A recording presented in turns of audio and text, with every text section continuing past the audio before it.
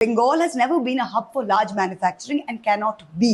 महुआ मोइत्रा को अब बोलना छोड़ देना चाहिए। आप सिर्फ पेपर उठाकर उसमें से पढ़ सकती हैं, क्योंकि जब आप बिना किसी स्क्रिप्ट के बोलती हैं तब आप दुनिया को प्रूफ दे देती हैं कि आपकी बौद्धिक क्षमता नील बटे सन्नाटा है। अब देखिए, पश्चिम बंगाल में विधानसभा चुनाव होने को हैं और छोटी दीदी एक इंटरव्यू में कहती हैं कि बंगाल में कभी लार्ज मैन्युफैक्चरिंग हब था ही नहीं और ना कभी बन सकता है। दीदी की छोटी दीदी, मेरा बस आपसे यही सवाल है कि वाई, क्यों करती हैं आप ऐसा?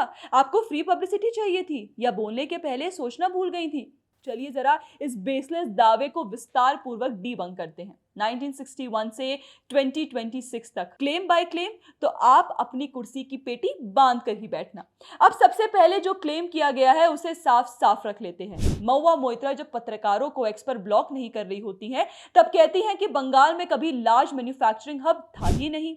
मतलब सीधा सा है, ना कभी इंडस्ट्री थी, ना कभी स्केल था, ना कभी इकोसिस्टम था।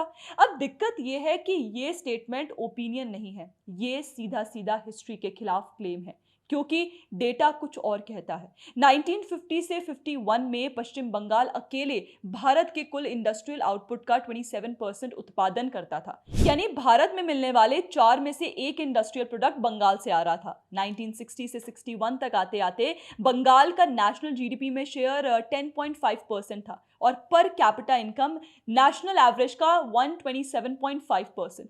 और सबसे इंटरेस्टिंग बात, 1960s में बंगाल भारत के टॉप 3 इंडस्ट्रियल क्लस्टर्स में शामिल था। अब यहां देखिए, एक सिंपल सवाल बनता है, जिस स्टेट का इंडस्ट्रियल आउटपुट 27% हो, जीडीपी शेयर डबल डिजिट में हो और जो देश के टॉप इंडस्ट्रियल क्लस्टर्स में आता हो, वहां लार्ज मैन्युफैक्चरिंग नहीं था।